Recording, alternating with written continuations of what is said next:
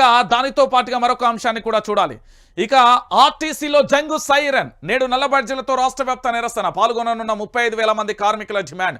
హామీలు అమలు చేయాలని పూర్తి స్థాయిలో డిమాండ్. ఎన్నికల సందర్భంగా కాంగ్రెస్ పార్టీ ఇచ్చిన హామీలను అమలు చేయాలని ఆర్టీసీ కార్మికులు జంగు సైరన్ మోగించారు. మంగళవారం రాష్ట్ర వ్యాప్తంగా నల్ల బ్యాడ్జీలతో నిరసన తెలిపేందుకు సిద్ధమయ్యారు.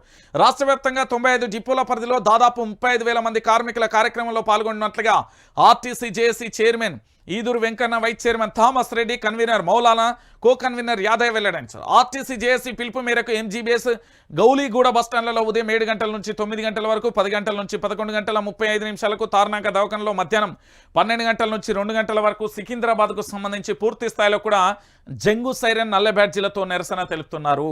అంటే అప్పుడు కేసీఆర్ ప్రభుత్వం ఉన్నప్పుడు ఆర్టీసీని పూర్తి స్థాయిలో ప్రభుత్వంలో విలీనం చేస్తామంటూ ఒక అంబరాలను అంటే మాట ఇస్తే, ఈరోజు అదే ఆర్టీసీ కార్మికులకు సంబంధించి వాళ్ళ యొక్క డిమాండ్లకు సంబంధించి పూర్తి స్థాయిలో ఆందోళన వ్యక్తం చేసే పరిస్థితి కనబడుతుంది.